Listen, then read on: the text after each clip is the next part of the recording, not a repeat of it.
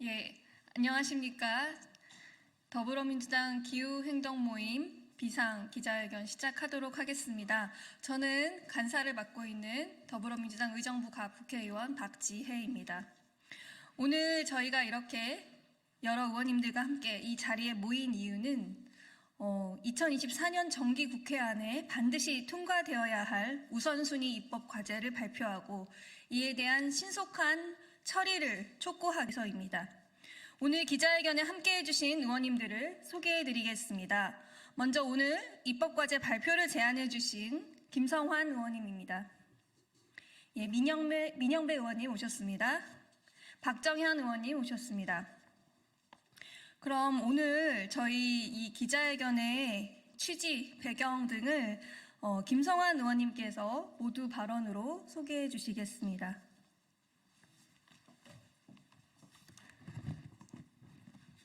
네, 얼마 전에 저희 기후위기 이 비상 모임에서 올해 정기국회 때 처리해야 될 예산안에 대해서 발표를 드린 바 있습니다. 이 사안은 지금 예산안을 심의 중에 있기 때문에 예산안이 반드시 통과될 수 있도록 최선의 노력을 다 하고요.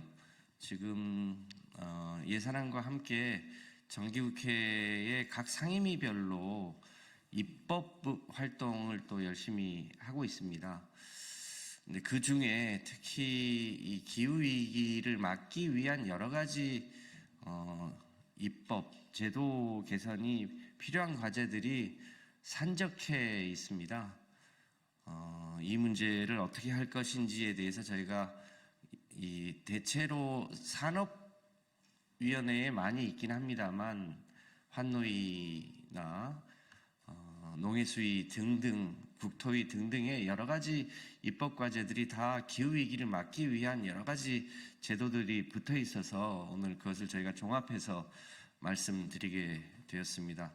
기자회견 문에도 나와 있습니다만 국회 앞에 이 1.5도씨까지 얼마나 남았는지에 대한 기후시기가 있는데 그 기후시기에서 제시하고 있는 시간보다 실제로 기후위기가 훨씬 빠른 속도로 진행되고 있는 게 현실입니다. 작년에 1.45도가 산업혁명 이전 대비 1.45도가 올랐고 올해 추석에도 폭염 경보가 발령될 만큼 올해는 이미 1.5도씨를 넘었다고 하는 경보가 울리고 있습니다. 우리에게 실제로 남아있는 시간이 많지 않은 게 사실이고요. 그래서 기후위기를 막는 것은 우리 인류의 멸종을 막는 일이기도 하고 또 한편으로는 기후위기와 관련된 산업을 육성해서 새로운 일자리를 만들어야 되는 절체절명의 과제를 안고 있습니다. 세계사적으로 보면 이 소위 AI 혁명 시대의 반도체 그리고 기후위기 시대의 배터리나 미래 전기차와 같은 이런 산업을 육성하는 것을 통해서 기후위기도 막고 또 새로운 일자리도 만드는 이런 숙제들이 있는데 유감스럽게도 윤석열 정부는 오직 원전 이외에는 관심이 없습니다. 기후위기의 기자를 저는 대통령 입을 통해서 들어본 적이 없습니다. 그런 상황에서도 지구는 갈수록 더워지고 있고 대한민국이 갈 방향은 정해져 있음에도 불구하고 정반대로 가고 있는 윤석열 정부 하에서 참으로 답답한 심정이긴 합니다만 저희 민주당의 이 기후위기 비상 모임에서 이번 정기국회 내에 꼭 필요한 입법 과제에 대해서 말씀드리는 것을 통해서 윤석열 정부 하에서도 저희 민주당이 최선을 다하고 최선을 다해서 기후위기를 막기 위한 여러 가지 제도를 반드시 입법하겠다고 하는 다짐의 말씀을 드립니다. 고맙습니다.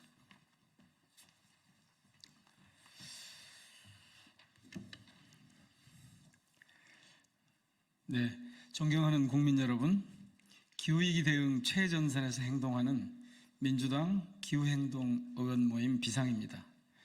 올 가을 국회 본청 앞으로 이전한 국회 기후위기 시계는 1.5도씨 상승까지 우리에게 4년 243일이 남았다고 표시하고 있습니다. 하지만 과연 그만큼의 여유가 남아있기는 할까 의문입니다. 세계 기상기구는 지난해 전 지구 평균 기온은 산업화 이전보다 약 1.45도씩 상승했다고 발표했습니다. 그리고 올해 우리는 더욱 뜨거운 한 해를 보냈습니다. 이미 우리는 인류가 총력을 다해 막아내기로 한 1.5도씨 선마저 넘어버린 것이 거의 확실하게 보입니다. 인류 문명은 돌이킬 수 없는 재앙적 결과를 향해 폭주하고 있는 것입니다. 생존을 위해 미래를 바꿀 수 있는 시간은 정말로 얼마 남지 않았습니다.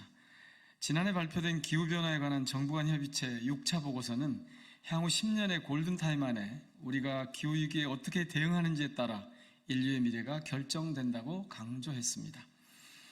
더 미룰 수 없이 바로 지금 화석연료 의존도를 낮추고 재생에너지 전환을 가속화해야 하는 것이 인류 문명에게 주어진 유일한 생존 전략입니다.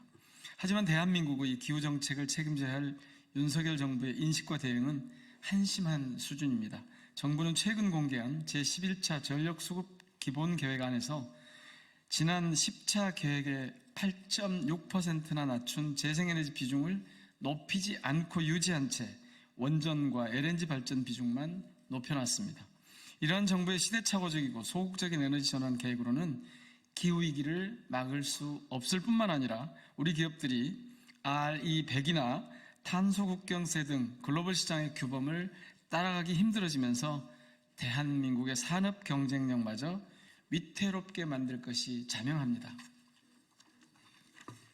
저희 비상은 22대 국회 임기 시작과 함께 출범한 이래 대한민국의 기후위기 대응과 탄소중립사회 전환을 위한 분야별 과제들을 발굴하고 입법 대안을 마련해서 발의해 왔습니다. 발의된 모든 법안이 모두 중요한 과제들을 담고 있지만 그 중에서도 기후대응을 위한 파급효과 및 국회 논의 상황을 감안하여 본회의 처리에 집중할 주요 과제를 압축하였습니다. 재생에너지 전환, 전력 개통, 산업환경 변화 지원, 에너지 효율 향상과 미활용 열에너지 활용, 건물 온실가스 감축, 제도 개선 등 모두 6개 분야에서 15개 과제입니다.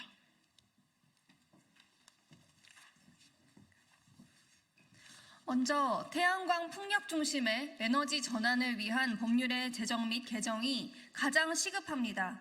21대 국회에서 충분한 논의를 거친 해상풍력 특별법 제정에 전력을 다하겠습니다. 대한민국에서 해상풍력이 새로운 주력 전환이 될 수 있는 제도적 기반을 조속히 마련하겠습니다. 농사와 전기 생산을 동시에 하는 영농형 태양광으로 기후위기와 농촌 소멸을 함께 해결하기 위하여 영농형 태양광 지원법을 제정하고 농지법을 개정하겠습니다. 기초지자체의 재생에너지 이격거리 과잉 규제 문제는 입법적 해결이 필요합니다. 주민에게 이득이 되는 사업은 이격거리 규제에서 제외하는 신재생에너지법을 개정하겠습니다. 재생에너지 전환을 가속화하기 위해 공공기관에 더 큰 역할을 부여하겠습니다. 공공기관 경영평가에 재생에너지 보급 실적이 포함될 수 있도록 공공기관 운영법을 개정하겠습니다. 두 번째로 최근 중요한 문제로 불거지고 있는 전력개통 문제를 해결하기 위한 법안입니다. 재생에너지 보급을 가로막는 송전망 부족 문제를 해결하기 위해 전력망 특별법을 제정하여 누구나 어디서나 발전 사업에 참여할 수 있도록 에너지 고속도로 기반을 마련하겠습니다. 전기차의 양방향 충방전을 가능하게 하는 친환경차법 개정으로 전기차를 움직이는 ESS로 활용할 수 있도록 하겠습니다. 세 번째로 에너지 전환에 따른 산업환경 변화를 지원하는 법안입니다. 탄소 중립 전환이 제조업 중심 대한민국 산업의 새로운 경쟁력이 될 수 있도록 탄소 중립 산업 경쟁력을 지원하는 한국판 IRA법인 탄소 중립 산업법 제정에 앞장서겠습니다. 산업집적법, 신재생에너지법 개정으로 아리백 산단 조성의 지원 근거를 마련하여 중소 중견기업이 높아지는 탄소 무역 장벽에 대응할 수 있도록 지원하겠습니다. 네 번째로 에너지 효율을 높이고 미활용 열 에너지의 활용도를 높이기 위한 법안입니다. 에너지 이용 합리화법 전면 개정을 통해 공급 위주의 에너지 정책을 보완하고 탄소 중립 목표 달성을 위한 수요 관리 강화를 통해 국가 에너지 소비 체계를 고효율 저소비 체제로 전환하기 위한 제도적 기반을 마련하겠습니다. 현재는 시행령에서 재생에너지로 규정하고 있는 수열 에너지를 법률에서 직접 재생에너지로 규정하고 개발, 보급 등이 효과적으로 이용될 수 있는 근거를 마련하겠습니다. 다섯 번째는 건물에서 발생하는 온실가스를 줄이기 위한 법안입니다. 녹색건축법에 서울시에서 시범 실시하고 있는 건물 온실가스 총량제의 근거를 담아 전국에서 단계적으로 도입될 수 있도록 하겠습니다. 건축에서 콘크리트 대신 국산 목재의 대체 이용을 촉진함으로써 건축 과정의 배출량을 감축하고 임업을 활성화하는 목조 건축 활성화법 제정을 추진하겠습니다. 마지막으로 기후 대응을 위한 제도 개선과 관련된 법안입니다. 22대 국회를 기후국회로 만드는 첫 걸음은 기후특위 상설화에서 시작해야 합니다. 기후특위의 주요 법안 예산 심사권까지 부여하도록 국회법 개정하겠습니다. 석탄 화력발전소의 폐지로 인한 노동자와 지역사회 이해관계자들이 직접 참여하는 석탄 화력 정의로운 전환 특별법을 제정하겠습니다. 탈석탄 로드맵 이행을 법제화하는 탈석탄법 또한 조속히 마련하겠습니다. 현행 온실가스 감축인지 예산제를 기후인지 예산제도로 개편하기 위한 국가재정법 등 관련 법안 개정을 추진하겠습니다. 비상은 위 15대 주요 법안의 올 정기국회 내 본회의 통과를 목표로 본격적인 활동을 전개해 나갈 계획입니다. 각 법률안의 소관 상임위원회에서의 안건 상정 및 심사 통과를 지원하기 위해 비단 우리 비상소속 의원뿐만 아니라 기후위기 대응의 시급성에 공감하는 의원들과 함께 입법 성과를 읽어낼 수 있도록 적극적으로 힘을 모으겠습니다. 주권자의 의지를 담은 법을 만드는 것은 우리 헌법이 국회에 부여한 가장 큰 책무입니다. 기후행동의원 모임 비상은 22대 국회에 기후위기 대응을 명하신 국민과 미래세대의 부름에 응답하겠습니다. 이번 정기국회 내 15대 입법과제의 재개정에 전력을 다함으로써 대한민국의 기후대응과 탄소중립사회 전환을 이끌겠습니다. 기후시민 여러분들의 지지와 격려로 함께 해주시기를 부탁드립니다. 감사합니다. 2024년 11월 21일 더불어민주당 기후행동의원 모임 비상의원 일동.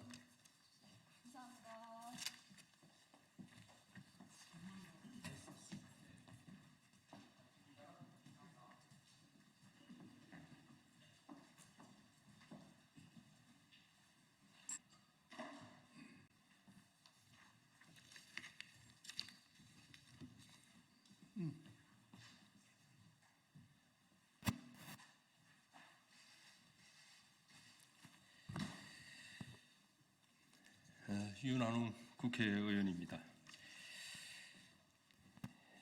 민주당이 제가 명태균 씨를 회유하고 뒷거래를 시도했다며 저를 국회윤리위원회에 제소를 했습니다. 지난 국회 운영위 국정감사에서 정진석 비서실장의 나한테도 전화하지 말고 집사람한테도 전화하지 마. 그러고 딱 끄는 거예요. 라는 발언을 듣고 제가 지인에게 개인적으로 연락하여 명태균 씨가 평소 자랑하고 과시하기 쉬운 문자와 녹취를 선택적으로 발췌하여 주위에 허세를 부리고 있는데 대통령에게 거절당하는 녹취도 밝혀야 맞는 거 아닌가 하고 제 지인과 통화를 했습니다. 그렇게 해야 총체적 진실이 밝혀질 것이라고 생각했습니다. 그것뿐입니다. 그 이상의 어떤 추가적인 대화도 없었습니다. 해윤이 그래니 하는 것은 있을 수 없는 거짓입니다. 제가 통화했던 지인에게 확인해 보면 금방 파악할 수 있을 것입니다. 이를 두고 모 언론에서는 제가 명시를 회유했다는 왜곡된 기사를 보도를 했고, 또 민주당은 이를 근거로 하여 사실 확인도 없이 불구속을 조건으로 위정교사와 증거인멸 뒷거래를 시도했다며 악의적인 거짓 프레임을 만들어 윤리위원회에 제소를 했습니다. 다시 한번 밝히지만 저는 명태균 씨를 회유한 적도 거래를 시도한 적도 없습니다. 오히려 저는 지난 대선 과정에서 대통령 후보께 명태균 씨는 위험한 인물이니 가까이 하지 마시라고 경고했던 사람입니다. 그런 제가 왜 명태균 씨를 회유를 하겠습니까? 사이도 안 좋은 제가 회유한다고 통하겠습니까? 명태균 씨와 통화하면 녹음이 된다는 것을 누구라도 알고 있을 텐데 회유 이런 이야기를 하겠습니까? 회유할 이유도 거래할 이유도 전혀 없습니다. 감사합니다.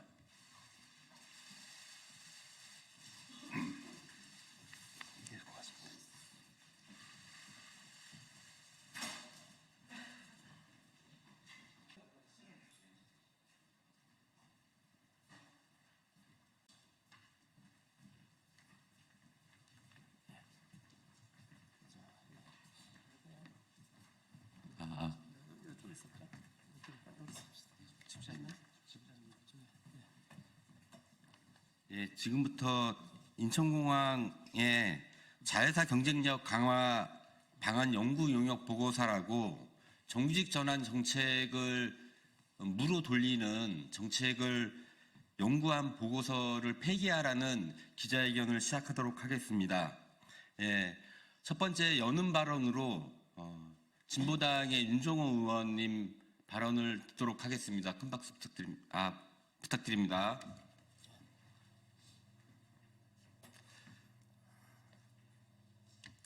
네, 반갑습니다. 진보당의 원내대표를 맡고 있는 울산 북구의 윤종호 의원입니다. 저는 지난 국정감사에서 인천공항공사 자회사가 잦은 산재, 높은 이중률 때문에 현안이 계속 미달되고 있는데 공공기관으로서 책임 있는 자세를 가지고 특히 인력 부족 문제를 해결하라고 지적을 했습니다. 인력 부족 문제는 여러 의원들의 지적이 있었던 그런 사안입니다. 이학재 사장도 지금의 인천공항이 있기까지 자회사 역할이 매우 중요했기에 소홀함 없이 챙기겠다고 약속을 했습니다. 하지만 공사는 국정감사가 끝나기를 기다렸다는 뜻이 곧바로 인력을 236명만 충원하겠다고 밝혔습니다. 자회사 대표가 1135명을 충원하겠다는 약속을 했음에도 불구하고 사실상 인력을 감축한 것이라고 볼 수가 있습니다. 이런 인력 감축의 계획은 국회의원들의 지적을 무시하고 국회를 무시하는 태도라고 생각합니다. 앞으로는 안전한 공항을 만들겠다고 약속하고 뒤에서는 공항 효율화를 명목으로 인력 충원에 칼질하며 노동자와 시민의 안전을 위협하고 있는 것입니다. 최근 공사가 발표한 위탁사업 구조 개선 및 자회사 경쟁력 강화 방안에는 이러한 인력 감축 계획을 뒷받침하는 내용들이 담겨져 있습니다. 보고서에는 비정규직의 정규직화 정책 때문에 공항 수익이 저하되었고 노동조합을 경영상의 리스크라 평가하며 반노동자적인 내용을 포함하고 있습니다. 정말 개탄스럽습니다. 또한 자회사의 인력 중심이 문제라고 얘기하면서 기술 중심으로 바꾸는 방안을 제시하는 등 결국에는 현재 있는 인력을 줄이겠다고 얘기하고 있습니다. 노동의 가치는 무시되고 기술과 효율을 밀어넣는 식의 구조 개편은 더 많은 산재를 부를 뿐입니다. 노동자 시민의 안전을 위협하는 일입니다. 지금의 인천국제공항이 있기까지는 수많은 노동자들이 밤낮 없이 일하며 땀으로 일구어냈기 때문에 가능한 일이었습니다. 안전한 인천국제공항을 만들기 위해서는 현재 일하고 있는 노동자에게 고통을 전가하는 인력 부족 문제를 반드시 해결해야 합니다. 직고용 대신에 자회사로 전환해서 비정규직 처우 개선을 한다고 얘기했던 말에 안전한 공항을 만들겠다는 그 말에 한국의 공항을 대표하는 공공기관으로서 책임을 다하기를 촉구합니다. 우리 진보당에서 끝까지 함께 하도록 하겠습니다. 예, 감사합니다. 예, 다음으로는 이 기자회견이 열리게 된 경과를 설명드리겠습니다. 인천공항 국정감사 지적사항을 불이행하고 있고 인천공항 공사가 정규직 전환 정책을 역행하는 연구보고서를 채택하는 등 이 경과 설명에 대해서 인천공항 지역지부 소영은 사무처장님 모시고 들어보도록 하겠습니다. 감사합니다. 인천공항 지역지부 소영은 사무처장입니다. 현재 진행된 경과 설명드리도록 하겠습니다. 인천국제공항 공사는 2017년부터 시작된 인천공항 4단계 건설 사업이 완료되는 2024년 연말부터 인천공항 연간 수행 능력이 7,700만 명에서 1억 600만 명으로 37.6% 증가할 전망이라고 밝혔습니다.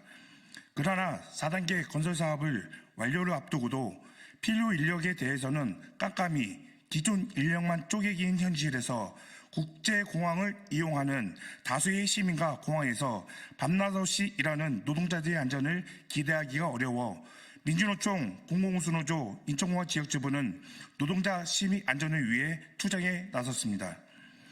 인천국제공항공사 3기 자회사는 인천공항 지역지부 전면 파업을 이틀 앞둔 지난 9월 11일 4단계 필요 인력에 대해 계획을 알렸습니다. 그리고 인천국제공항공사는 10월 중 모 자회사 위탁 수탁 계약을 검토 중이라고 밝혔습니다. 국토부는 10월 22일 국회 국토교통위원회 국정감사에서 4단계 사업 관련 업무량 늘어나는 지점 종합적으로 감안하여 합리적으로 결정할 수 있다고 답변을 하였습니다. 놀랍게도 국정감사 직후 지부가 확인한 사실은 인천국제공항공사가 앞에서는 안전한 국제공항을 만들겠다고 약속하고서 뒤로는 3기 자회사의 4단계 인력 충원 계획을 처참히 난도질했다는 것입니다. 이는 국정감사 조치사항 불이행이자 인천공항 현장 노동자들의 절실한 목소리를 외면하는 처사입니다.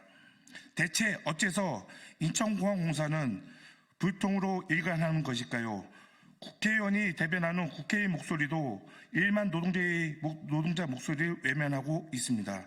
바로 자회사 경쟁력 강화 연구 용역 보고서에서 그 답을 찾을 수 있습니다. 인천국제공항공사가 2024년 3일 회계법인에 연구 용역을 맡겨 10월 4일 최종 보고된 위탁사업 구조 개선 및 자회사 경쟁력 강화 방안 보고서는 공항 운영 효율화 달성을 위해 핵심 기능만 직영하고 나머지는 경쟁 시장에서 아웃소싱하는 운영 구조가 비정규직 정규직화 정부 정책에 따라 회수된 것으로 해석하는 관점에 입각해 있습니다. 또한 거대 노조 형성으로 경영상 리스크가 증가하였고 자회사 전환 이후 파업 횟수가 증가하여 공항 운영 안전성이 저하되었다고 분석합니다. 이는 사실과 부합하지 않을 뿐만 아니라 노동조합을 소통과 협력의 대상이 아닌 경영을 회방하는 존재로 적대시하여 헌법이 보장하는 파업권 행사를 인정하지 않는 위험한 입장입니다. 보고서 코로나 팬데믹 시기 인천공항 수익이 저하됐던 문제를 마치 비정규직 정규직화 정책으로 왜곡될 뿐만 아니라 반노동 노조 혐오적 솔루션을 제시하고 있습니다. 자회사 인력 추가 증원 시 파업 참여 대상 인력 증가 등 운영 리스크가 상승한다고 그릇된 결론을 내립니다. 4단계 필요 인력 충원 문제가 불이행된 것도 바로 문제의 보고서입니다. 공무부는 정규직화 정부 정책에 역행하여 용역 시절 비인간적으로 후려치던 용역 단가로 돌아가겠다는 구시대적 발상은 중단해야 마땅합니다. 반노동, 반노조 혐오로 전차된 위탁사업 구조 개선 및 자회사 경쟁력 강화 방안 보고서는 전면 폐기되어야 합니다. 인천국제공항공사는 공공기관의 소임에 따라 노동자 시민 안전에 필수적인 필요 인력 충원 및 교대대 개선 등을 조속히 시행하고 노동조합과 대화에 나서야 합니다. 이상으로 경과 부분을 마치겠습니다. 네, 지금 들으신 것처럼 국정감사에서 지적된 사항도 불이행하고 엉터리 연구 보고서를 들이밀고 인천공항공사는 자회사 노동자들을 탄압하고 있습니다. 이에 대해서 공공운수노조 김선정 부위원장님 모시고 규탄 발언 들어보도록 하겠습니다. 정부 정책으로 정규직화된 1호 사업장인 인천공항은 이제 현 정부에 잘 보이기 위해 다시 외주화 1호 사업장이 되려나 봅니다. 위탁사업 구조 개선 및 자회사 경쟁력 강화 방안이란 용역보고서는 현 정부가 들어서며 우려하며 설마 했던 내용이 그냥 그대로 적혀 있었습니다.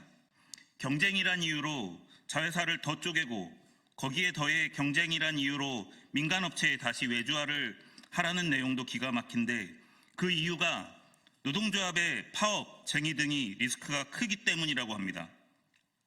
인천공항은 처음부터 정규직에 비해 비정규직 비율이 엄청나게 많은 구조로 만들어졌고 정규직화 정책으로 자회사 전환이 되었지만 해마다 자회사 노동조합인 공공운수노조 인천공항 지역지부는 단체 교섭을 통해 정규직과 비교도 안 될 열악한 임금, 복지 처우를 개선하기 위해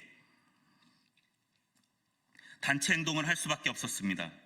저임금 구조로 고착화된 임금 체계로 채용 공고를 계속 내도 채워지지 않는 정원에 훨씬 모자라는 인력, 공사의 정규직은 노동 강도를 줄이고 노동자의 건강권을 지키기 위해 시행하고 있는 사조 외계대 근무를 단체 교섭을 통해 합의했음에도 원청의 노사의 반대로 시행하지 못하고 있고 4단계 개항으로 시설의 30% 이상이 늘어나고 연간 이용객이 어마어마하게 늘어나도 인력 충원 계획이 없었던 인천공항 공사에 인천공항을 이용하는 이용객의 안전과 거기서 일하는 노동자들의 안전을 위해 인력 충원을 요구하며 단체 행동을 하는 것이 인천공항을 운영하는 데 있어 공항공사와 자회사 노동조합 중 누가 더 공항의 정상적인 운영을 위해 노력하고 있는지 여실히 드러내고 있고 자회사 노조의 파업이 가장 큰 리스크라는 보고서 내용에 기가 찰 노릇입니다.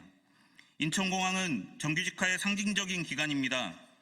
자회사 전환도 여전히 간접고용으로 열악한 환경을 바꾸는 것이 이렇게 어려운데 또다시 용역으로 외주화를 하도록 하는 이런 보고서는 폐기해야 합니다.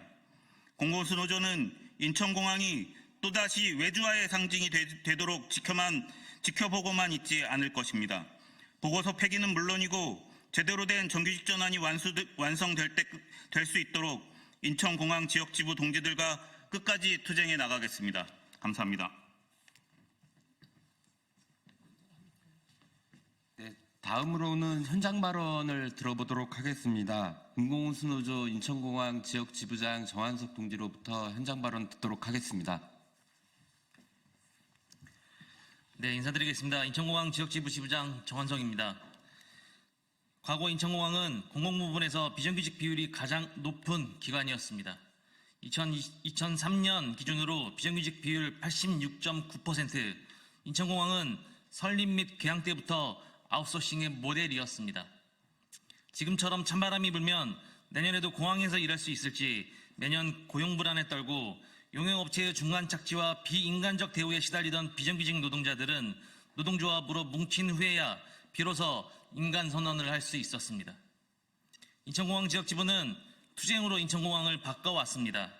2017년 공공부문 비정규직 전환대책으로 자회사가 설립된 후 고용 안정은 이루어졌지만 연속 야간 노동을 강제하는 3조 2교대에서 4조 2교대로의 전환 등 처우 개선 약속은 아직도 이행되지 않고 있습니다. 공항공사는 전에는 하청업체에 책임을 떠넘기며 모르쇠로 일관하더니 이제는 자회사가 알아서 할 일이라며 모 자회사 노사 공동운영협의회를 구성한다는 정규직 전환 시의 약속도 모른 척하고 있습니다.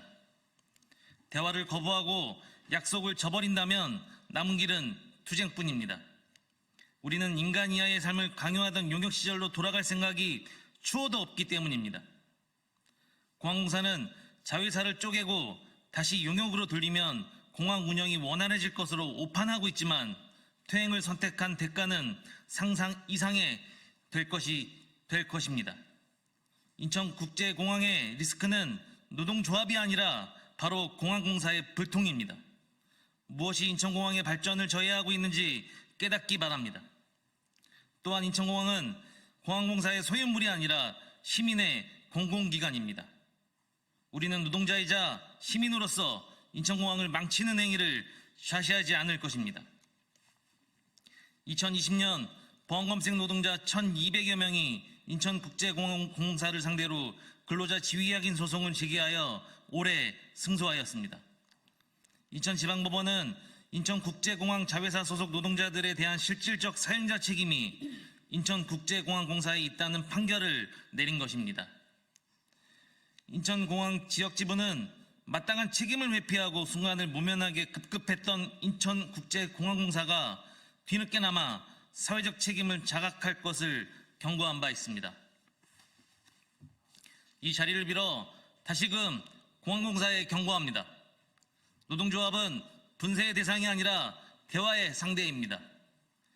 자회사 노동조합과 대화하지 않는다면 인천공항의 발전은 없습니다.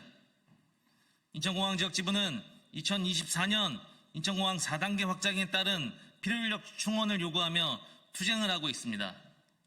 공항공사는 인력 충원을 공항 운영의 리스크로 바라보지만 부족한 인력으로 운영되는 국제공항이 얼마나 위험에 취약할 것인지는 누구나 예상할 수 있는 바입니다.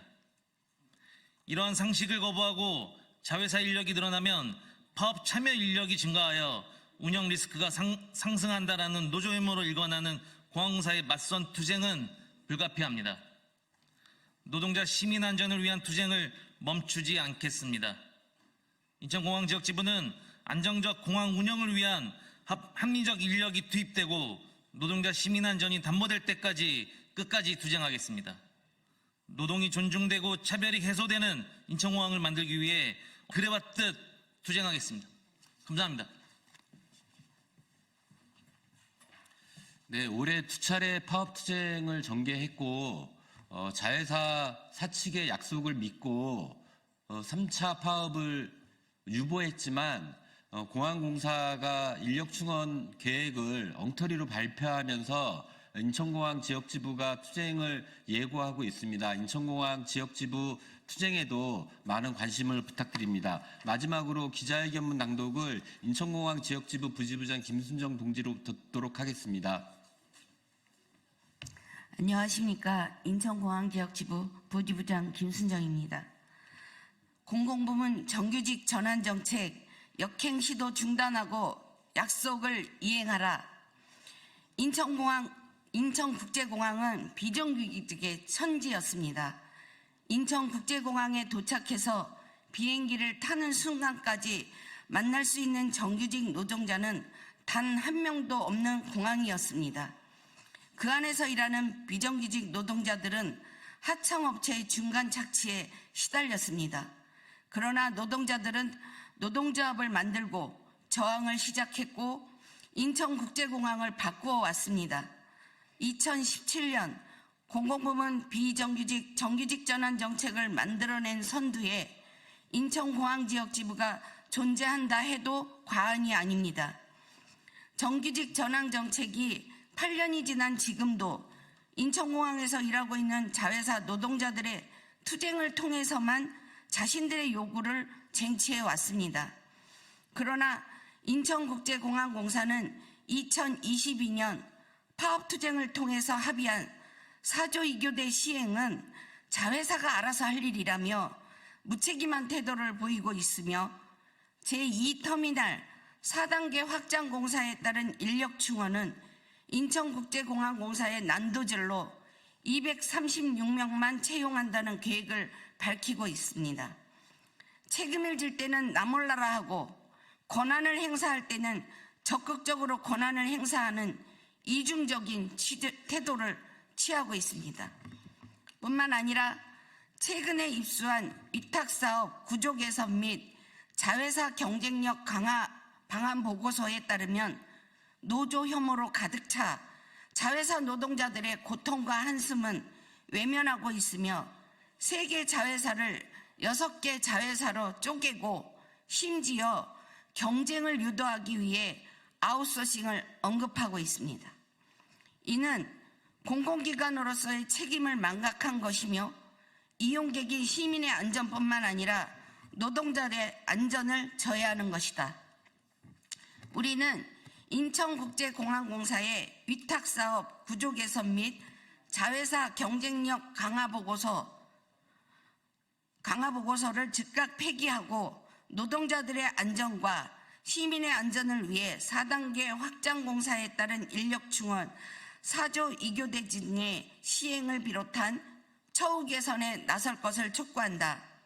만약 그렇지 않을 경우 인천공항 자회사 노동자들의 더 큰 저항과 반발에 부딪힐 것임을 분명히 경고한다. 2024년 11월 21일 인천공항공사 자회사 경쟁력 강화 방안 연구 용역 보고서 폐기 촉구 기자회견 참가자 일동. 감사합니다. 네, 인천공항공사는 자회사 노동자들의 목소리를 적극적으로 반영해서 지금이라도 연구보고서를 폐기하고 4단계 확장공사에 따른 인력 충원, 4조 2교대 그리고 처우 개선에 적극적으로 나설 것을 촉구하면서 기자회견 마치도록 하겠습니다. 감사합니다. 수고했습니다. 예.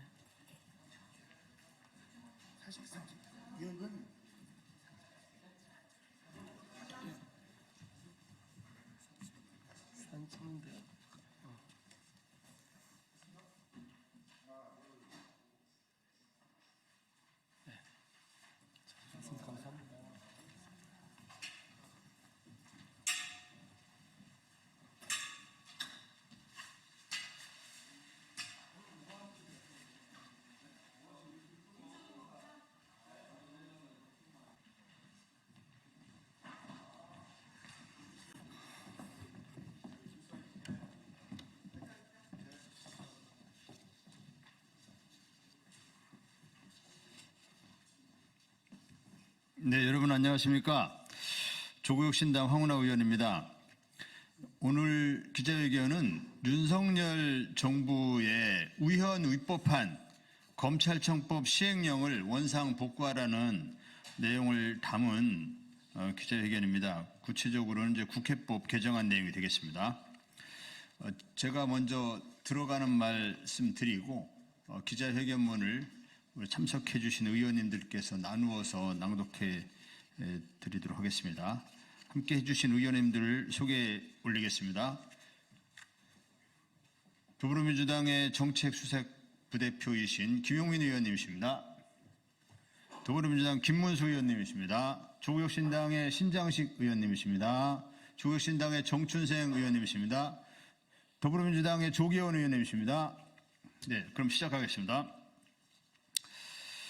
윤석열 대통령은 국회의 입법 취지에 반하는 여러 개의 행정입법을 만들어서 국회의 입법권을 무력화하고 삼권분립의 원칙, 행정조직 법률주의, 대통령의 헌법 준수 의무를 위반해 왔습니다.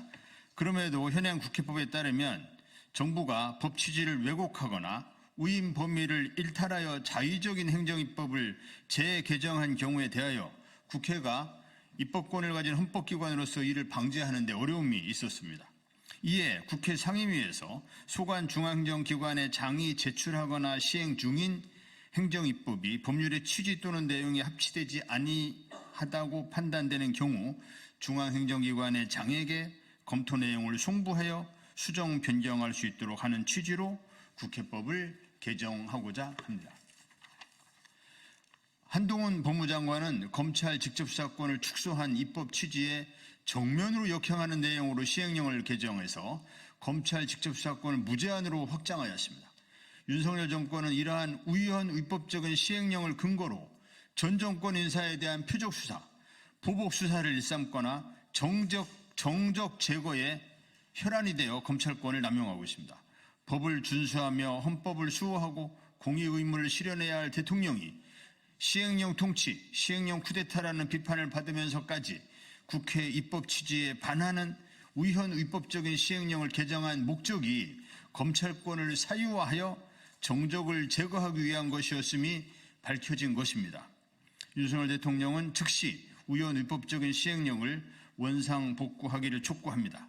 아울러 이 같은 시행령 쿠데타를 예방하고 진압하기 위해 국회법을 개정하여 국회 입법 취지에 반하는 윤석열 정부의 모든 행정 입법을 국회가 수정 변경할 것입니다.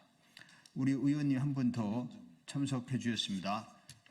더불어민주당의 김현정 의원님 참석해 주셨습니다. 아까 소개해드렸습니다. 네, 조국혁신당 운영위원 신장식입니다. 제20대 국회는 검찰의 직접 수사 범위를 6대 범죄, 즉 부패, 경제, 공직자, 선거, 방위산업, 대형 참사 범죄로 축소하였습니다. 그리고 제21대 국회는 검찰의 직접 수사권 범위를 부패, 경제 범죄로만 남기고 나머지 범죄는 직접 수사할 수 없도록 검찰청법을 개정하였습니다.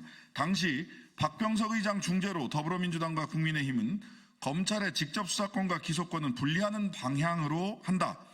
검사의 직무 중 공직자 범죄, 선거 범죄, 방위사업 범죄, 대형 참사 범죄를 삭제한다. 가칭 중대범죄수사청이 출범하면 검찰의 직접 수사권은 폐지한다고 합의하였습니다. 국회 입법자의 의도가 검찰의 직접 수사 범위를 부패, 경제 범죄로 축소하고 장기적으로 검찰의 직접 수사를 폐지하려는 것임이 너무나도 명백합니다. 그런데 한동훈 법무부 장관은 2022년 7월경 축소된 검찰의 직접 수사 기능을 복원하겠다고 밝힌 후 검찰이 직접 수사에 참여할 수 있는 범죄 유형을 대폭 늘린 검찰청법 시행령, 검사의 수사 개시 범죄 범위에 관한 규정, 대통령령을 입법 예고하고 같은 해 9월경 윤석열 대통령은 검찰청법 시행령을 국무회의에서 의결하였습니다.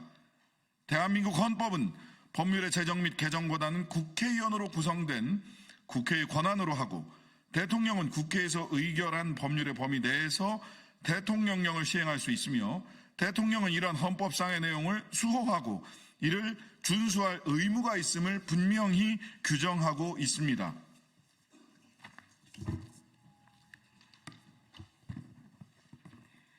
그런데 2022년 9월 8일자로 개정된 검찰청법 시행령은 법률에서 검사의 수사 개시 범죄 행위에 제외된 공직자 범죄, 선거 범죄, 방위사업 범죄 등을 포함시키고 부패 범죄와 경제 범죄의 범위를 광범위하게 규정하였으며 법률에서 위임된 바 없는 범죄를 추가하는 내용이어서 검사의 수사 개시 범죄 범위를 부패 범죄와 경제 범죄 등 중요 범죄에 한정하도록 하는 검찰청법의 입법 취지를 정면으로 역행하여 대통령령의 법적 한계를 일탈하고 국회의 입법권을 침해하며 대통령의 헌법 준수 의무에 위배됩니다.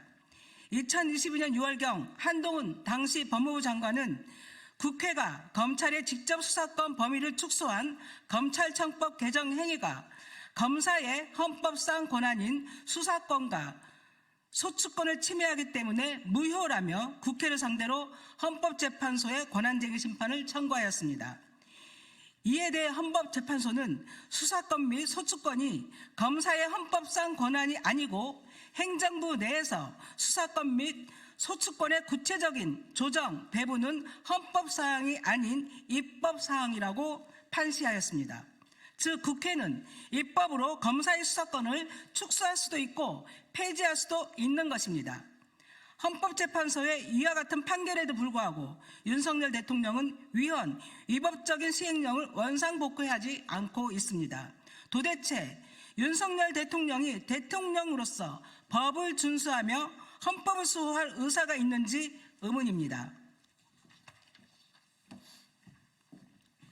대통령은 헌법을 수호하고 실현하기 위한 모든 노력을 기울여야 할 뿐 아니라 법을 준수하여 현행법에 반하는 행위를 해서는 안 되며 나아가 입법자의 객관적 의사를 실현하기 위한 모든 행위를 해야 합니다. 국회가 검찰의 직접 수사권을 축소한다는 명확한 입법 취지에 반하여 대통령령 개정을 통하여 법률이 정한 내용을 자의적으로 변경하여 대통령령의 법적 한계를 위반하고 국회의 입법권을 침해하며 삼권 분립의 원칙, 행정조직 법률주의, 대통령의 헌법 준수 의무를 위반하였는 바 이는 헌법과 법률에 반하는 대통령령 개정과 제정이 국정 전반에 걸쳐 수차례 반복되어 중대한 헌법 위반 행위에 해당하므로 대통령으로서 직무를 수행하기 어려운 탄핵 사유에 해당합니다. 윤석열 대통령께 요청합니다. 검찰청법 시행령뿐만 아니라 법률의 위임 한계를 일탈하여 위헌, 위법하게 개정한 법무부와 그 소속 기관, 직제, 공직 후보자 등에 관한 정보의 수집 및 관리에 관한 규정, 행정안전부와 그 소속 기관 직제, 안보 침해 범죄 및 활동 등에 관한 대응 업무 규정 등을 모두 원상복구하시기 바랍니다. 대통령으로서 헌법을 수호하고 국회의 입법권을 존중하는 책임 있는 모습을 보여주시기 바랍니다. 조국 혁신당 더불어민주당 국회의원 일동 이상입니다.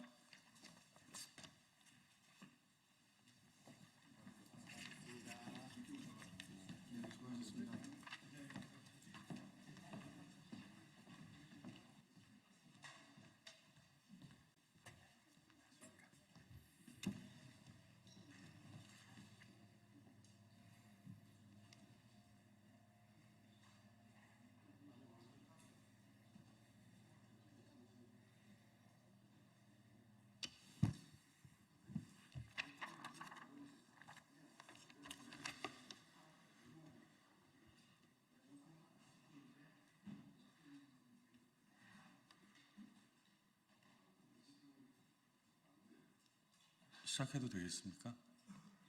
예. 시작하겠습니다. 진보당 수석 대변인 홍성규입니다. 두 가지 말씀드리겠습니다. 첫 번째입니다. 용산 대통령 관저에 증축된 유령 건물, 도대체 정체가 무엇입니까? 대한민국 대통령이 거주하는 용산 한남동 관저에는 그 어디에도 공식적으로는 존재하지 않는 유령 건물이 하나 있습니다.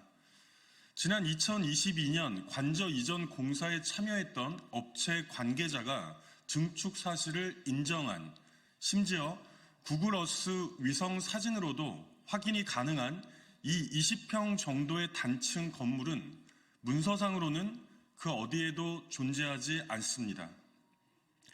신고하지 않았으니 등기부에 나오지 않는 것은 물론 증축에는 당연히 수천만 원의 공사비가 집행되었을 것인데 그 내역조차 정부 예산 어디에서도 확인이 불가합니다. 이미 권력의 돌격대로 전락한 감사원의 신용뿐인 감사 보고서에도 당연히 등장하지 않았습니다. 도대체 이 건물의 정체는 무엇입니까? 국회 운영위원회 국정감사에서 초호화 골프시설이 아니냐는 질의에 정진석 비서실장은 아주 검소하고 초라한 관저에 딸린 그저 창고라고 반박한 바 있습니다. 창고가 왜 대통령 침실 쪽에 붙어 있는지는 차치하고라도 창고는 공사비가 안 들어갑니까? 도대체 어떤 내역으로 어떻게 집행된 공사란 말입니까? 참으로 놀랍고 참담한 일들의 연속입니다. 아니 어떻게 이 정권은 윤석열 대통령과 김건희 여사 주변에서는 그 모든 영역에서 구린 의혹의 수상한 연기가 하루도 빠짐없이 모락모락 피어오릅니까? 고작 20편 건물의 용도와 실체 확인이 이토록 미스테리 추리 소설이어야 할 까닭이라도 있습니까? 우리 국민들이 대통령 파면을 결심한 이유입니다. 두 번째입니다. 한강 작가의 소설 관련해서 MBC 중징계 절차를 밟고 있는 방심위, 이러다가 노벨 문학상까지 박탈하시겠습니다. 한강 작가 소설 관련한 MBC 보도에 방송통신심의위원회에서 지난 18일 관계자 의견 진술을 의결했습니다. 의견 진술은 중징계인 법정 제재를 거치기 전의 과정으로 흔히 의견 진술 이후 법정 제재로 이어지는 경우가 많이 있습니다. 역사적인 노벨 문학상을 수상한 한강 작가의 소설들에 대하여 일부 극우 인사나 단체들에서 말도 안 되는 역사 왜곡 색깔론을 덮어씌웠는데 MBC의 해당 방송은 그에 대한 팩트체크 보도였습니다. 이렇게 역사적 평가가 끝난 5.18과 4.3을 거론하며 한강 작가의 소설이 역사를 왜곡했다고 주장하는 것이야말로 명백한 왜곡이자 가짜 뉴스입니다. MBC 팩트체크의 결론이었습니다.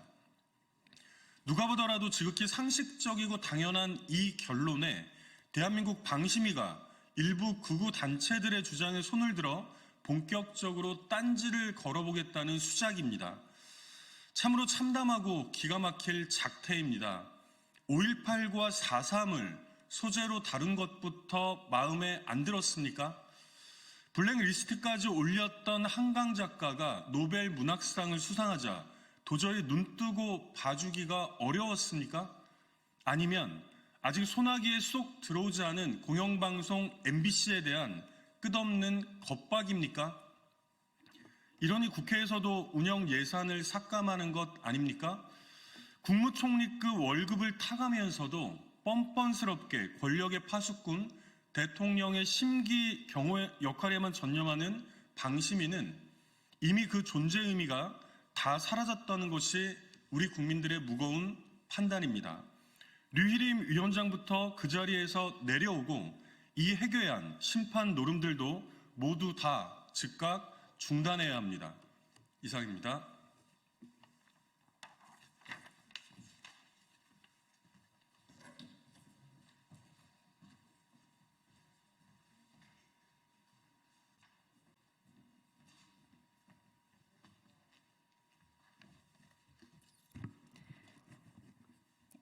안녕하십니까. 더불어민주당 박경미 대변인입니다.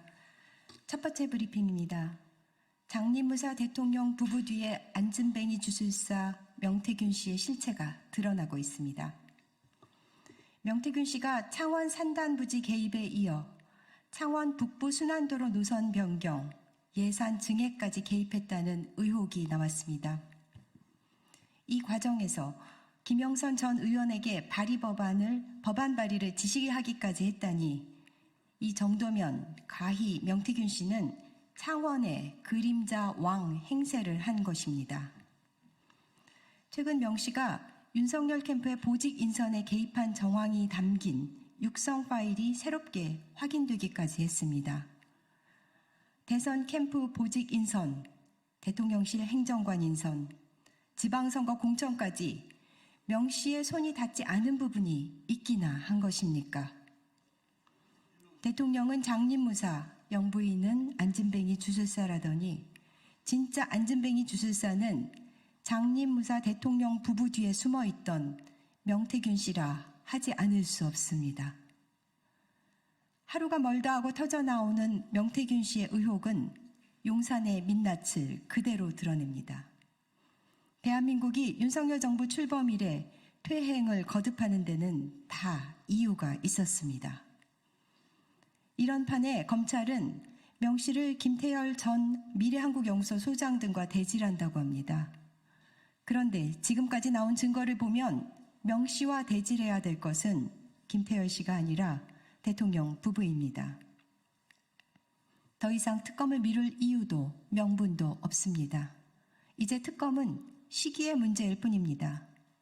민주당은 국민과 함께 김건희 특검을 반드시 통과시켜 명태균 씨에 얽힌 모든 의혹을 그리고 대통령 부부의 국정농단 실체를 낱낱이 밝혀내겠습니다. 두 번째 브리핑입니다. 뿌리까지 흔들리는 경제, 대통령이 자신하던 경제 기지개는 대체 언제 켜는 겁니까? 통계청이 발표한 2분기 임금근로 일자리 동향에 따르면 10대와 20대 그리고 40대 일자리가 통계 집계 이후 최대폭으로 감소했다고 합니다. 내수 침체가 깊어지며 10대와 20대는 경제활동을 시작조차 못하고 가장 왕성해야 할 세대인 40대 일자리도 급감하고 있는 것입니다. 환율과 주식시장 역주행으로 수출마저 휘청이는 가운데 내수가 침체를 넘어 붕괴로 들어가며 퍼펙트 스톰으로 빨려드는 상황입니다.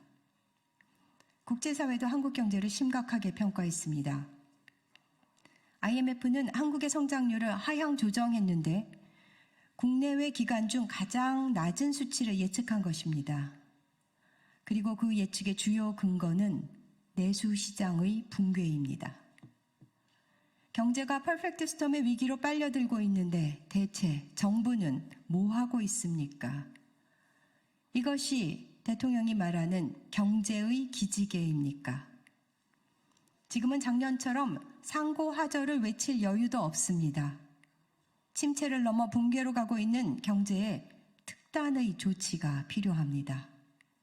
그런데도 여권은 경제 점수 90점 이상, 국제 무대에서는 슈퍼스타 운운하며 한가한 인식을 드러내고 있습니다.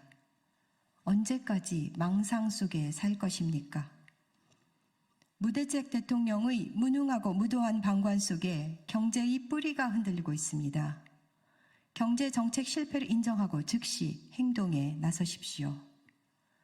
그렇지 않는다면 윤석열 대통령이야말로 경제를 포기한 대통령 경포대로 역사에 각인될 것임을 엄중하게 경고합니다. 이상입니다. 감사합니다.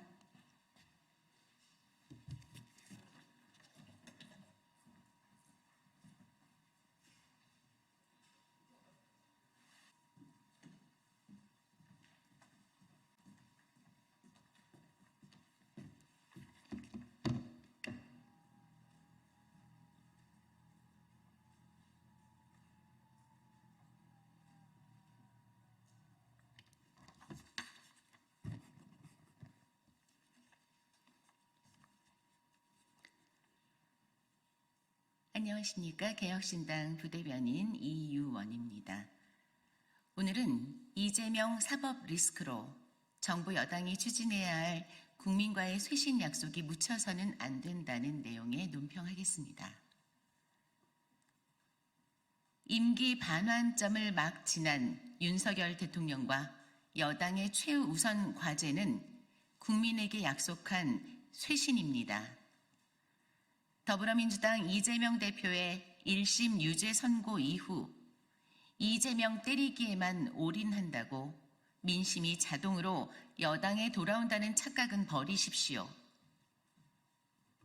이 대표의 사법 리스크 공격에 사활을 걸어 윤석열 대통령과 정부 여당에 대한 낮은 지지율을 끌어올리는 계기로 삼고 싶은 마음은 충분히 이해하지만 그렇다고 국민과의 약속에 소홀히 한다면 더 큰 위기를 당할 수 있다는 점 기억하기 바랍니다. 쇄신 목소리가 어디로 갔는지 어느새 사그라든 모습입니다. 한동훈 국민의힘 대표가 윤석열 대통령을 만나 쇄신을 요청한 게 한 달 전이고 윤 대통령의 대국민 기자회견에서 모든 것이 제 불찰, 국정 쇄신할 것이라며 약속한 게 불과 2주 전입니다. 그런데 쇄신 얘기가 쏙 들어간 걸 보면 이재명 대표의 사법 리스크로 자신들의 허물을 덮을 수 있다고 생각하는 듯합니다. 그렇다면 커다란 오산입니다. 최근 실시한 여론조사에서 국민의힘 지지율은 아직도 야당에 크게 뒤지고 있습니다. 개혁신당은 오는 25일 예정된 이재명 더불어민주당 대표의 위증교사 혐의 1심 선고도 똑바로 지켜보는 동시에 정부와 여당이 국민과의 약속을 어떻게 지키는지 당장 인적 쇄신부터 예의주시하겠습니다. 감사합니다.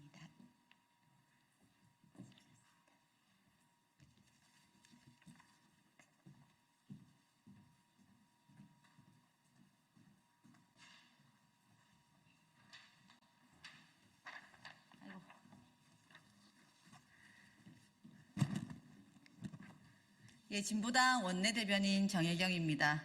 최상병 국정조사 관련해서 브리핑 드리도록 하겠습니다. 최상병 국정조사 야당 단독으로 개문발차합시다. 얼마 전 우원실 국회의장이 최상병 사건 국정조사에 대한 양당의 의견을 물었습니다. 그 답변 시한이 바로 지금 21일 오전까지였습니다. 국민의힘은 지금이라도 국정조사 추진에 협조하십시오. 최상병이 목숨을 잃은 지 1년 4개월이 흘렀습니다. 대통령실은 부당한 압력을 행사했습니까? 국방부의 수사 기록 이첩포류 지시는 누구의 뜻이었습니까? 박정훈 대령은 누구 지시를 불이행하여 보직 해임됐습니까? 그동안 제대로 밝혀진 진실이 있습니까? 의혹은 차고 넘치는데 대통령은 최상병 특검법을 3번이나 거부했습니다. 여당은 국정조사 요구서를 5개월째 거부하고 있습니다. 한동훈 대표가 후보 시절 최상병 사건 진실 밝히는데 보수가 소극적이면 안 된다고 한 말 기억 못하십니까? 부끄러운 줄 아십시오. 끝내 여당이 응답하지 않는다면 28일 본회의에서 최상병 국정조사 야당 단독으로 개문 발차합시다. 이미 많이 늦었습니다. 충분한 시간도 줬습니다. 대통령과 여당이 아무리 방해를 해도 진상규명은 포기할 수 없습니다. 그들의 권력 유지보다 국민의 생명이 훨씬 더 중요하기 때문입니다. 이상입니다.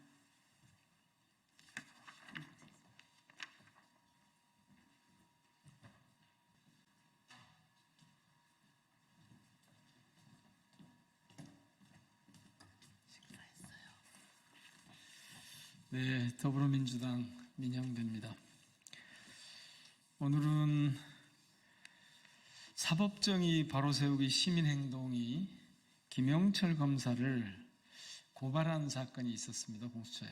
근데 공수처가 어제 무혐의 처분을 했는데요. 그 사유가 뭔지 쭉 그 불기소 이유를 보니까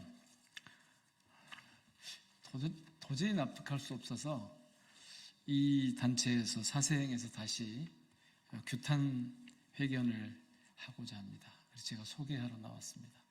김한매 대표님 모시고 기자회견 진행하겠습니다.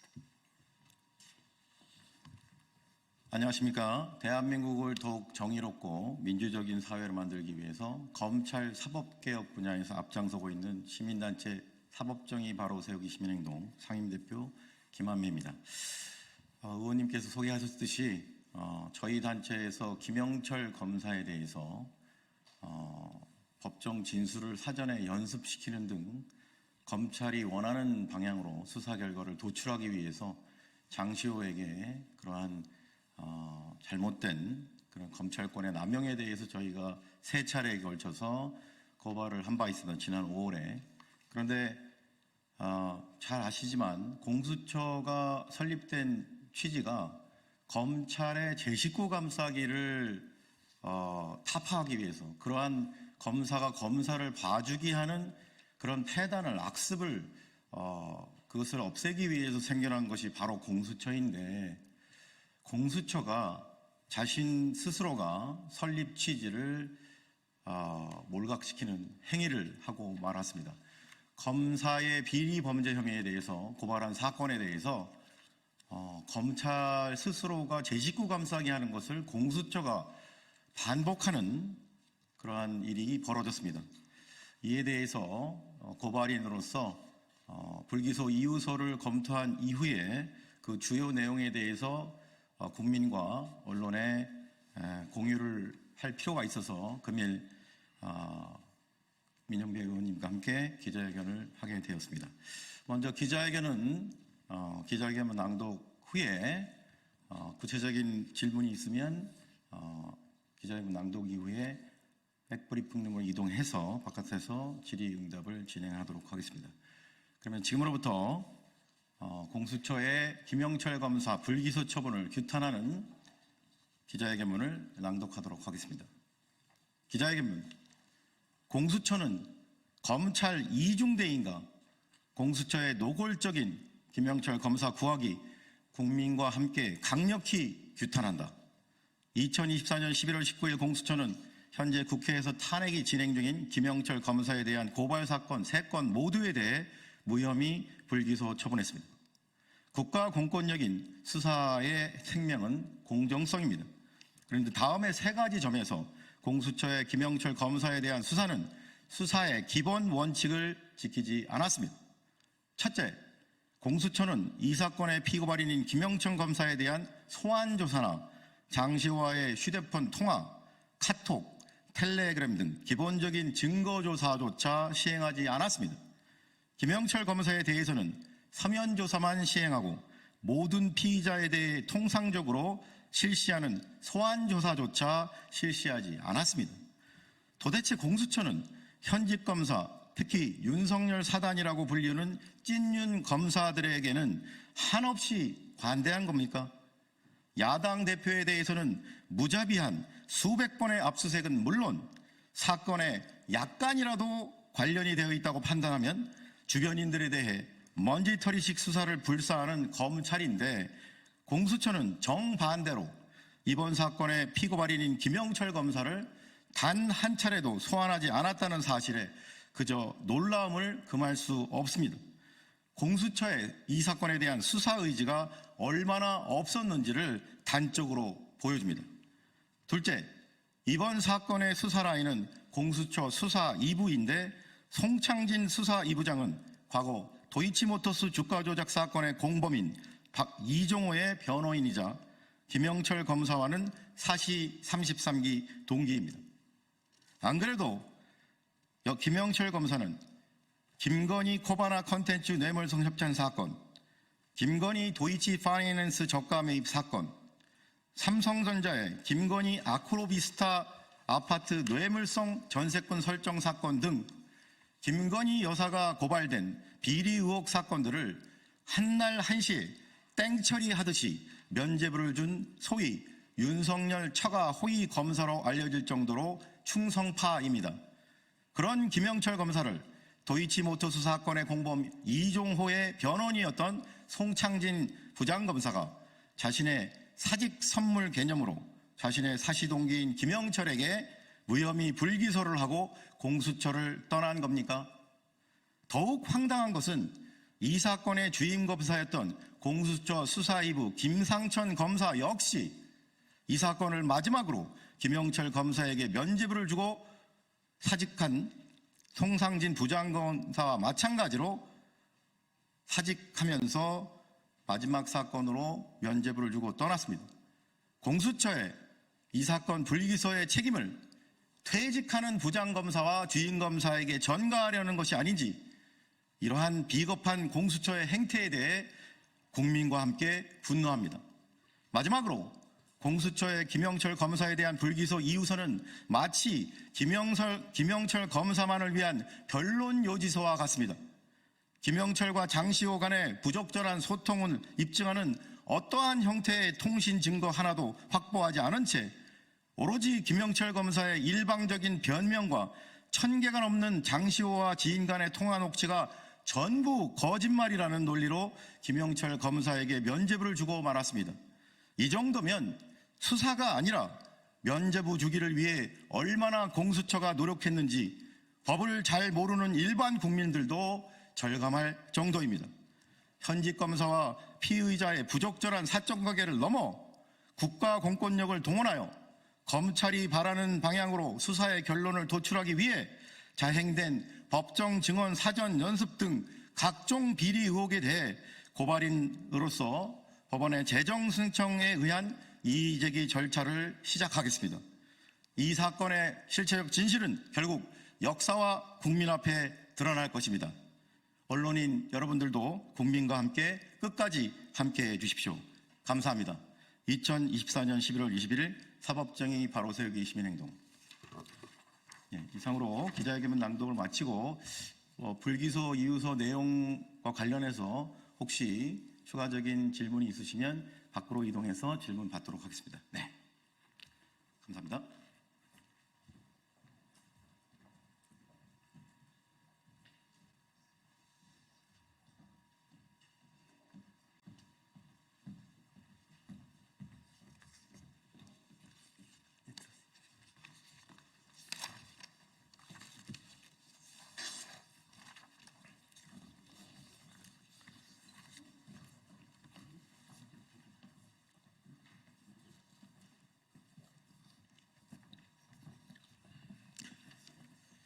네, 안녕하십니까. 세종시을 강준현 의원입니다. 오늘 저를 포함해서 여러 의원님들께서 대표 발의한 공익사업을 위한 수용시 양도소득세 감면 비율 및 감면 한도 상향을 담은 조세 제한 특례법이 이번 정기국회 내에 통과되어야 할 필요성을 말씀드리기 위해서 이 자리에 섰습니다. 윤호중 의원님을 비롯한 기획재정위원회 조세 소위에서 해당 법안을 심도 있게 심사할 예정에 있습니다. 전국의 초대형 수용지구 대책위원회 연합 주민분들과 함께 기자회견을 마련했습니다. 오늘 자리에 함께해 주신 분들을 소개하겠습니다. 노영한 용인반도체 국가산업단지 비상대책위원회 위원장님, 박영곤 의왕 공공주택지구 보상대책위원회 위원장님, 김순식 안산 공공주택지구 보상대책위원회 위원장님, 이영길 김포 한강 2 통합주민대책위원회 위원장님, 조석곤 김포 한강 2 연합주민대책위원회 위원장님, 이명우 구리토평 2 공공주택지구 통합대책위원회 위원장님, 정순남 화성진안 3기 신도시 연합대책위원회 사무국장님, 이봉구 오산세교 3 공공주택지구 비상대책위원회 위원장님, 정덕영 법무법인 리츠 대표 변호사님, 그럼 지금부터 노영한 위원장님께서 기자회견문을 낭독하겠습니다.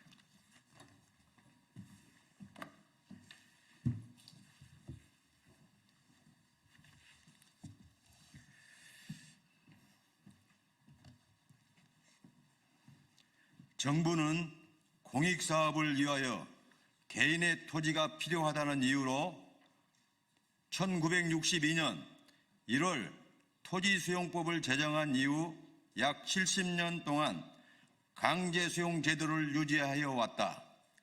강제수용제도의 가장 큰 문제점은 보상금이 시세에 비해 턱없이 적게 책정되고 헐값 보상금에서 30%를 또다시 양도소득세로 납부해야 하기 때문에 강제수용에 따른 잔여 보상금을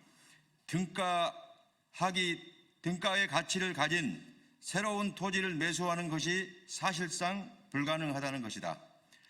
강제수용지구 주민들에게 적용되는 양도소득세 감면율은 1989년 전두환 정권 시절 100% 면제에서 35년 동안 지속적으로 감소하여 2024년 11월 현재 10%를 유지하고 있다.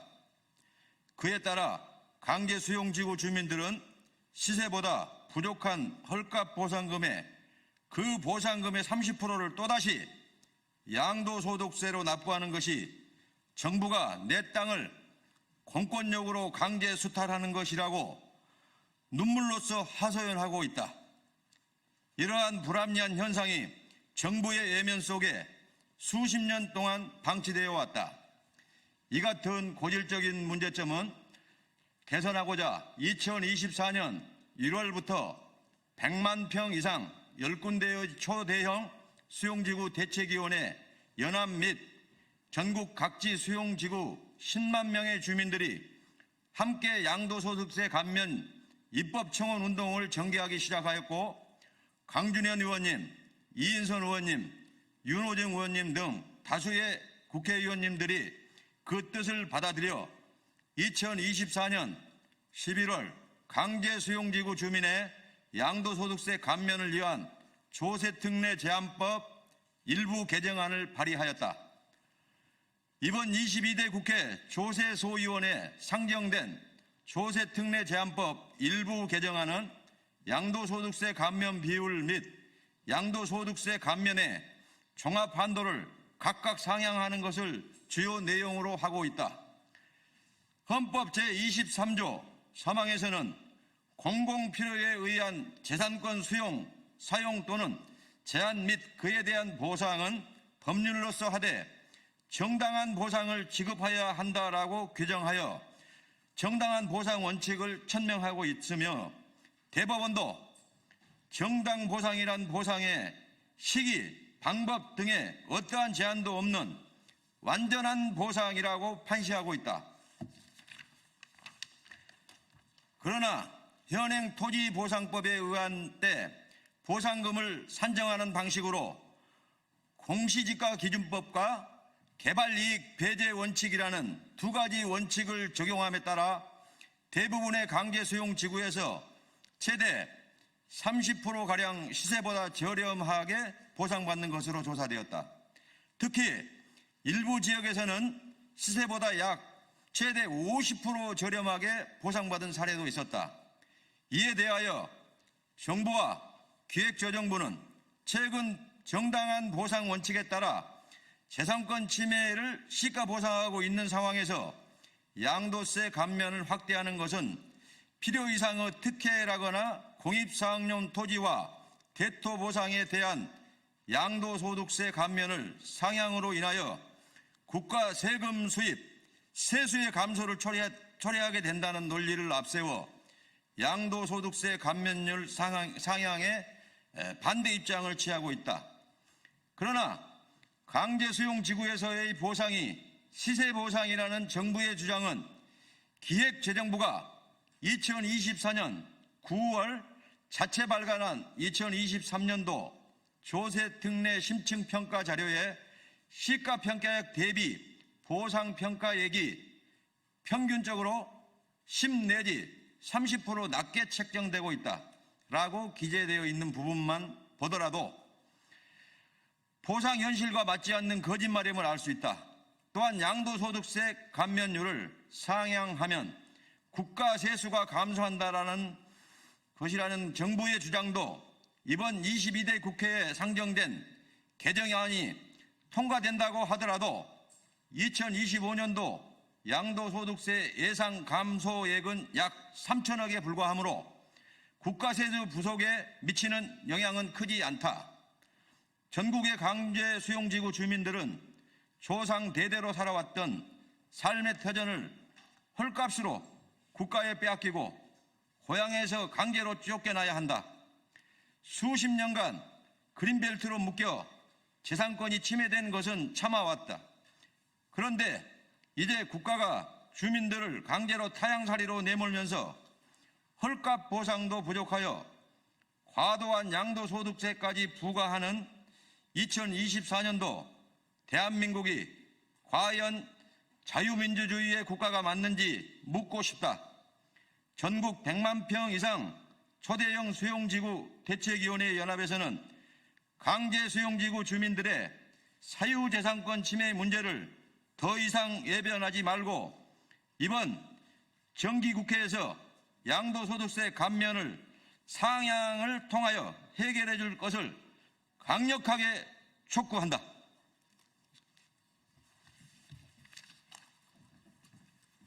네, 이상으로 기자회견을 마치도록 하겠습니다. 인사하시면.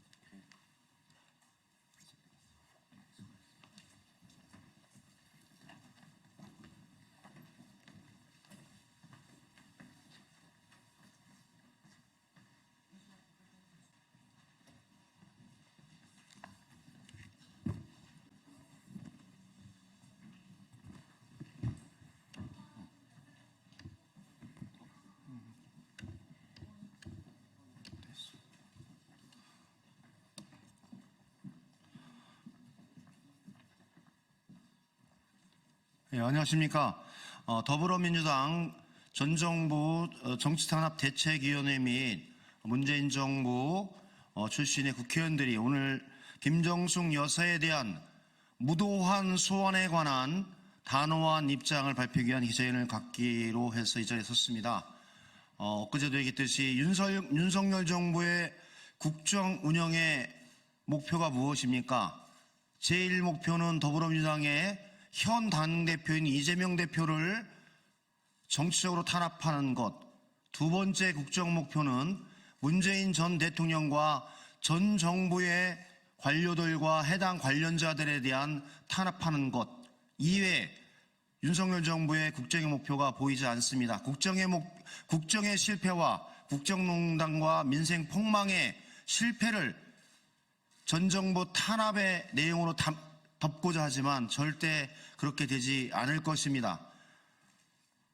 김정숙 여사에 대한 소환은 전혀 근거와 내용이 없습니다. 여러분도 아시다시피 이상직 전 의원의 중진공 이사장 임명과 그에 따른 문재인 전 대통령에 관한 입건 및 사법 처리 관련한 입장과 김정숙 여사의 관계는 단 1도 0.001%도 연관된 사안이 없음에도 불구하고 정치적인 수사와 정치적인 소환이 이루어지고 있다는 것에 대해서 아픔을 또한 개탄을 금하지 못하고 있습니다. 이에 대해서 대책위와 같이 하는 국회의원들이 이 자리에 섰습니다. 오늘 함께 해주신 국회의원을 소개하고 코멘트하고 기자회견문을 낭독하겠습니다. 먼저 윤건영 의원님 참석하셨습니다. 한민수 의원님 참석하셨습니다. 민영배 의원님 참석하셨습니다. 한병도 의원님 참석하셨습니다. 고민정 의원님 참석하셨습니다. 황희 의원님 참석하셨습니다. 이용선 의원님 참석하셨습니다.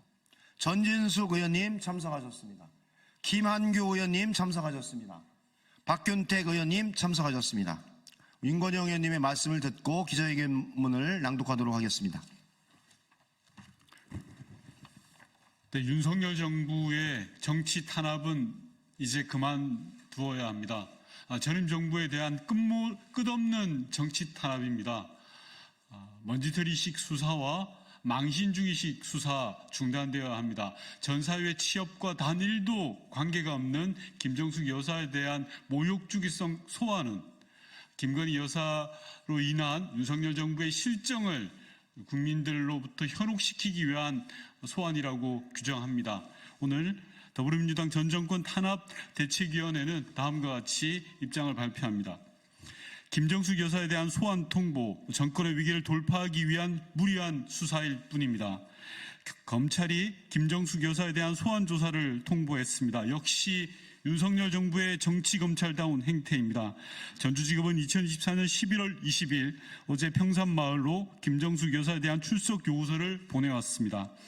김정숙 여사가 문재인 전 대통령의 사위 취업과 관련한 참고인 신분이라며 조사가 필요하다는 이유입니다. 참고인 신분은 검찰의 출석 의무가 없음에도 출석 일자까지 특정하여 가능 일자를 회신해 달라고 일방적으로 통보했습니다. 심지어 출석 요구서를 수령한 지 이틀 뒤인 11월 22일까지로 회신 기한까지 못 박은 통보입니다.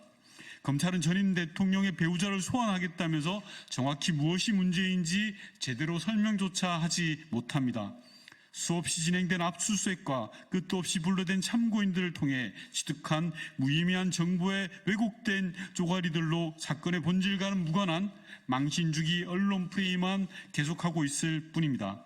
심지어 이번 소환 통보 역시 당사자에게 되는 공식 통보되기 전에 전방위적인 언론 프레이를 하면서 장난질을 쳤습니다. 문재인 전 대통령의 딸 문다혜 씨에 대한 압수수색이 변호인의 현장 도착 전에 언론에 흘려준 것과 마찬가지 장난질입니다. 검찰이 수사에 자신 있으면 하지 않아야 할 치졸할 행태입니다.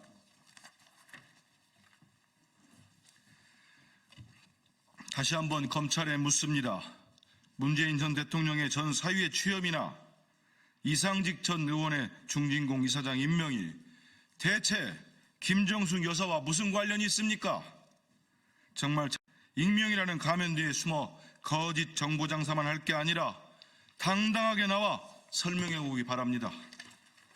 대통령 후보 비서실장부터 대통령 비서실 행정관까지 온갖 인사에 개입한 증언이 있고 여당의 공천 과정, 국정 운영뿐 아니라 대통령의 휴대폰까지 직접 들고 대신 소통을 한다는 한 정권의 배우자에 대해서는 한없이 너그럽고 또 자유로운 검찰이 어찌 전임 정부에 대해서는 이토록 찬인하고 무도한지 그저 참담하고 서글플 뿐입니다. 윤석열 정부의 지난 2년 반이라는 시간 동안 매일같이 반복된 전임 정부 괴롭히기는 정치 검찰이 과연 어디까지 망가지고 추락할 수 있는지를 보여주는 사례로 반드시 역사에 기록될 것입니다. 전 사위의 취업 문제, 인도 측이 간절히 바라서 진행된 김정숙 여사의 인도 순방, 심지어 멀쩡히 반납한 샤넬 자켓을 둘러싼 국제적 망신 수사까지 검찰의 전 정부 괴롭히기는 손에 꼽기도 어려울 정도입니다. 별건에 별건을 반복하며 본질과 아무 관련 없는 이야기들을 소설처럼 자극적으로 풀어내는 것도 마찬가지입니다. 특히 샤넬 자켓의 경우 프랑스 샤넬 본사까지 괴롭혀가며 미반납 운운했던 것이 결국에 사실이 아닌 것으로 드러났습니다. 검찰의 수사가 시작부터 허위였던 것이 확인된 것이고 검찰이 무리한 수사만 오히려 입증된 셈입니다. 그럼에도 검찰은 반성조차 없습니다. 본인 입으로 사과를 하면서도 무엇을 사과하는지조차 모르는 윤석열 대통령의 수하다운 형태입니다. 검찰은 최소한의 공정성도 포기하고 날뛰고 있습니다. 애교 행사를 위해 되어야 했다 반납한 샤넬 자켓은 국제적 망신까지 시켜가며 탈탈 털어놓고 김건희 여사가 받은 것이 명백한 명품백은 제대로 된 수사조차 없이 무혐의로 종결되었습니다. 김건희 여사에 대한 조사는 김건희 여사가 아니라 수사 담당 검사들이 자기 휴대폰을 제출한 상태에서 조사가 이루어졌다는 이야기까지 들립니다. 이 정도면 누가 피의자이고 누가 검사인지 헷갈릴 지경입니다.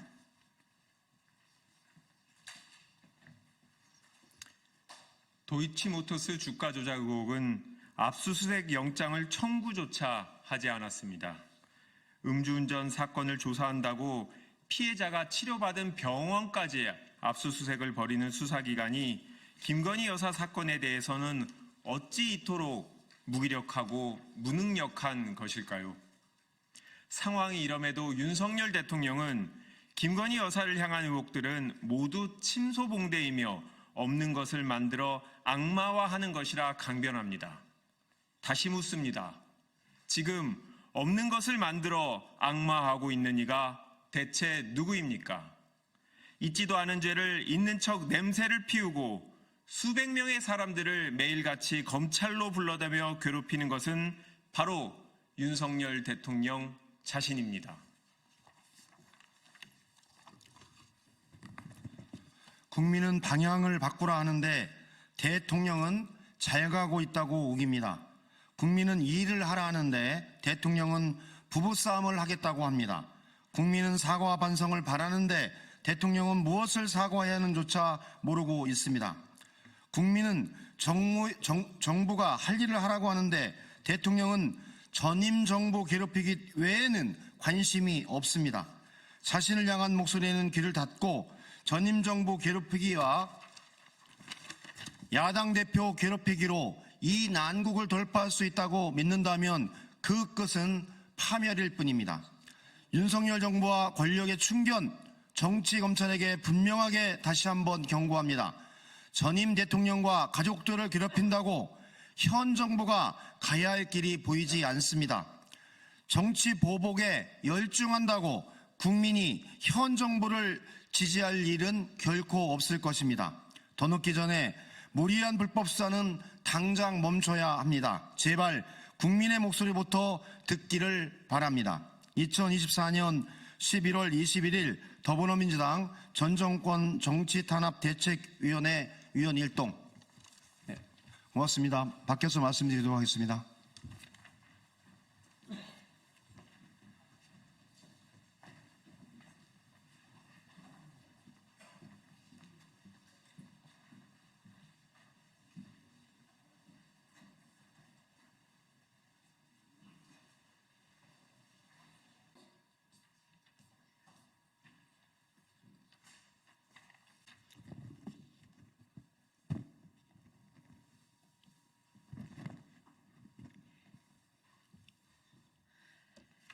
네, 진보당 브리핑 시작하겠습니다. 부대변인 이미선입니다. 진짜 무례한 대통령실, 시정할 건 윤석열 대통령과 참모들입니다. 홍철호 대통령실 정무수석이 윤석열 대통령 대국민 담화 및 기자회견 당시 질문을 했던 한 기자에 대해 대통령에 대한 무례라고 밝혔고 논란이 일자 결국 사과를 했습니다. 홍철호 수석과 대통령실은 어느 시대에 살고 있습니까?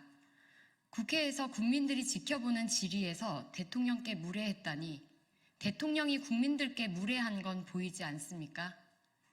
참으로 시대착오적이고 권위적인 참모의 입장에 두 귀를 의심했습니다. 이렇게 대통령 심기 경호만 하는 참모들이니 국정 운영이 이 모양이구나 싶어 참담합니다. 대통령이 사과했는데 마치 어린아이한테 부모가 하듯이 한 태도는 시정해야 한다는 언급에서는 같은 질문을 듣고 어찌 이런 해석이 다를 수 있을까 의문까지 들 지경입니다. 대통령실의 망상이 심각합니다. 대한민국은 민주주의 국가입니다. 기자는 국민을 대신해 취재원인 대통령의 질문을 한 것입니다. 그것이 언론의 사명입니다.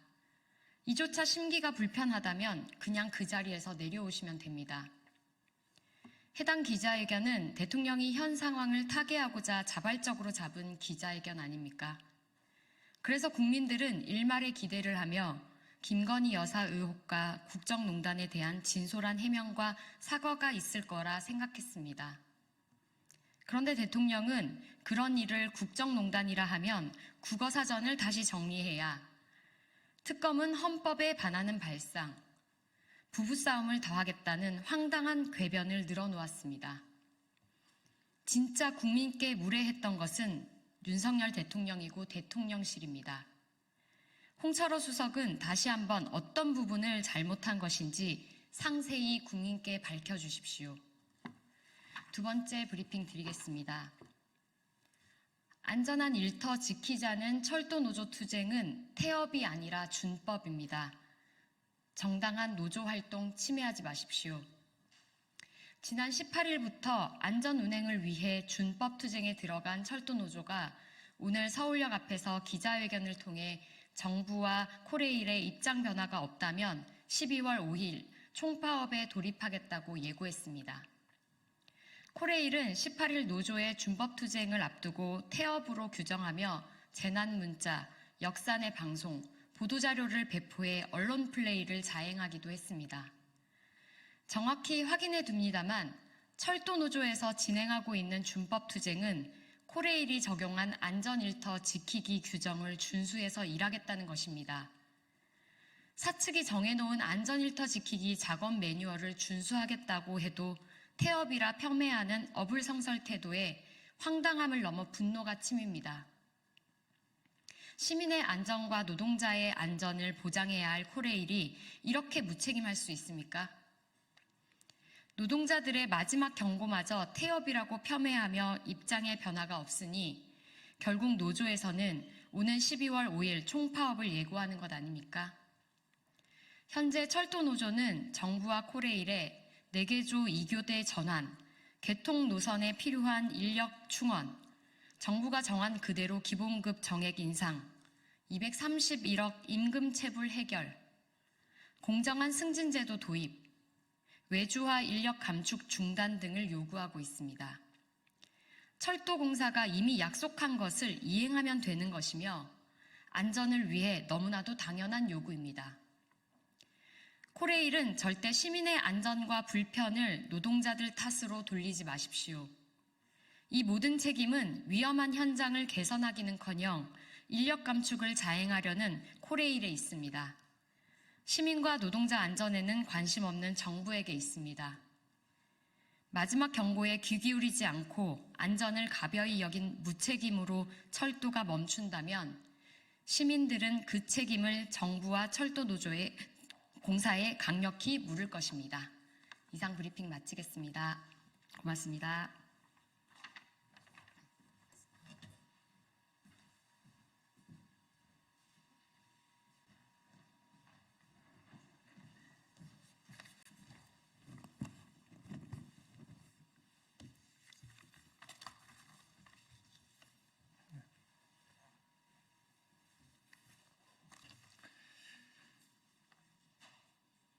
국민의힘은 이재명 대표 방탄을 위한 불법 정치자금 문제를 철저히 감시하겠습니다.